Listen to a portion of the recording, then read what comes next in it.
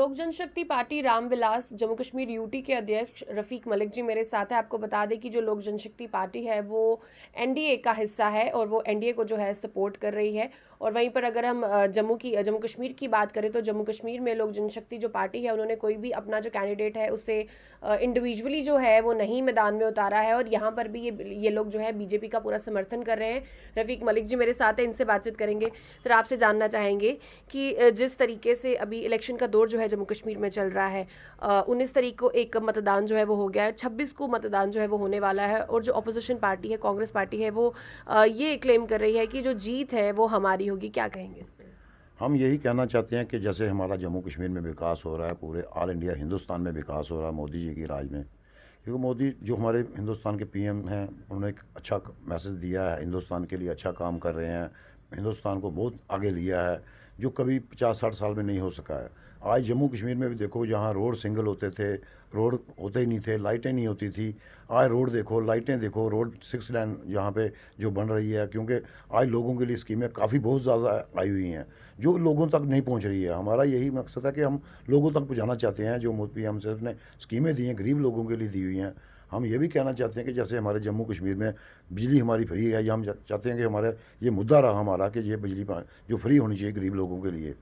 तो हमारी जो सोच है वो आगे गरीब लोगों के लिए, अपने जम्मू कश्मीर के लिए बढ़ाने के लिए। जैसे हमारे यहाँ डेली बेजर हैं, उनको परमानेंट का है, यहाँ पे महंगाई का भी है, वो भी इसको भी लगाम थोड़ी लगानी ज़रूरी है। हमें भी मालूम है कुछ हकीकत ऐसी है कि जो जम्मू कश्मीर, खासकर जम्मू के लिए हमारे कुछ इतना नया कुछ नहीं किया जा रहा है। तो हमें मालूम है कि इसलिए आने वाला जो टाइम है, पीएम साहब की बराबर नज़र जम्मू कश्मीर पे है। वो और उसको जो सोने की चिड़िया बनाना चाहते हैं। पहले और आज के हालात में आप देखो, जम्मू कश्मीर में बहुत ज़्यादा फ़र्क पड़ चुका है। नहीं तो ऐसा हाल होता था कि कश्मीर में ना टूरिस्ट जाते थे, ना जम्मू में टूरिस्ट आते थे। आज जम्मू कश्मीर में टूरिस्ट भी खुल के आ रहा है, कोई किसी को डर नहीं है, कोई खौफ नहीं है, ना पत्थर का किसी को डर है।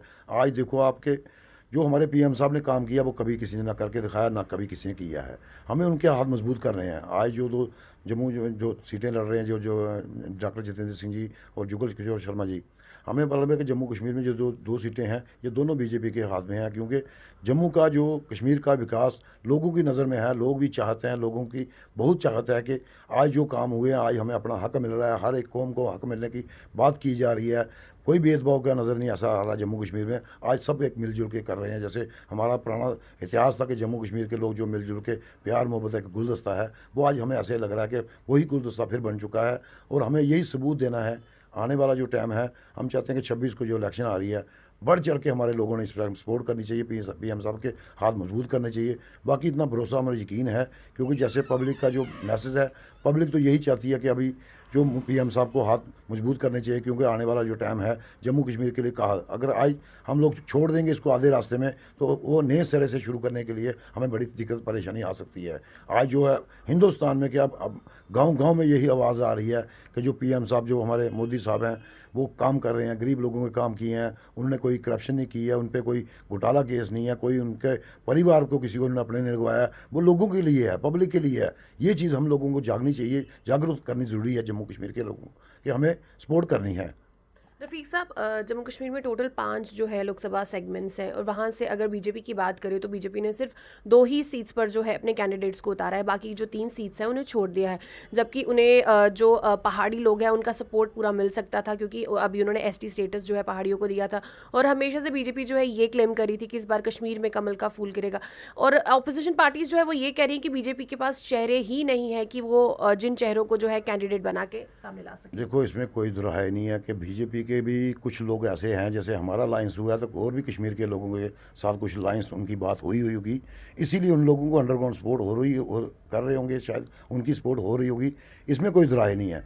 वो जो बीजेपी का अपना मिशन है 400 पार, वो तो होना ही होना है। क्योंकि उन्होंने काम किया है, पब्लिक के लिए, लोगों के लिए काम किया है। आज दुनिया, क्या पूरी दुनिया में हमारे हिंदुस्तान का नंबर टॉप पे जा रहा है कि हिंदुस्तान हमारा एक अच्छी पावर है। आज कोई ऐसा माहौल नहीं नज़र आ रहा है जैसे हमें कोई डर किसी को महसूस होता कि डर कि हमारे को दिल में कोई डर है या हमारे पे कोई ज़्यादती होने वाली है। ऐसा कुछ यहाँ पे नहीं लग रहा है। लेकिन हमें लग रहा है कि जैसे कश्मीर की आपने बात की, कश्मीर में भी कोई ना कोई जो अगर आज़ाद इंडिपेंडेंट होगा या कुछ आज़ाद मीरबार होगा, तो जो भी होंगे वो उनमें से कोई ना कोई तो बीजेपी की सपोर्ट करने के लिए तैयार बैठा ही होगा। ऐसी कोई बात नहीं है कि बीजेपी ने उनको कश्मीर को हाथ से छोड़ा होगा। कश्मीर बराबर उनके हाथ में, जम्मू कश्मीर बीजेपी के हाथ में है। पूरा ध्यान दिया जा रहा है, काम पे दिया जा रहा है। और अभी जो नई पॉलिसियाँ आगे आने वाली हैं जो इलेक्शन के बाद, मुझे लग रहा है कि जो डेली विजिटरों का काम भी होने वाला है वो भी परमानेंट हो जाएंगे। हमारे जो बेरोज़गार नौजवान जो पढ़े लिखे हैं उनका रोज़गार का मसला वो भी हो जाएगा। और हमारे चिराग साहब भी आगे बढ़ रहे हैं इस मसले में, हम उनके साथ कदम से कदम मिला के चल रहे हैं। और पीएम साहब का चिराग साहब के साथ बहुत ज़्यादा सर पे उनके हाथ रखा हुआ है कि पीएम से यही ख्वाहिश है कि जैसे रामविलास पासवान जी ने काम हिंदुस्तान में हर जगह किया, ये लॉकडाउन रहा तो राशन बांटने का पासवान जी ने काम किया, जब रेलवे मंत्री रहे तो जो वहाँ पे कूली थे उनको परमानेंट करने का काम किया। हमारे जम्मू कश्मीर में जब पासवान जी आए थे स्टील का प्लांट उन्होंने कश्मीर में दिया था। हम बनाल में गए, बनाल में 2 या 3 एम्बुलेंस में वहाँ की कमी थी, ब्लड बैंक की ज़रूरत थी, वो तो 4-5 दिन में मसला हल हो गया था। हमें भरोसा है कि हमारा काम होंगे जम्मू कश्मीर में।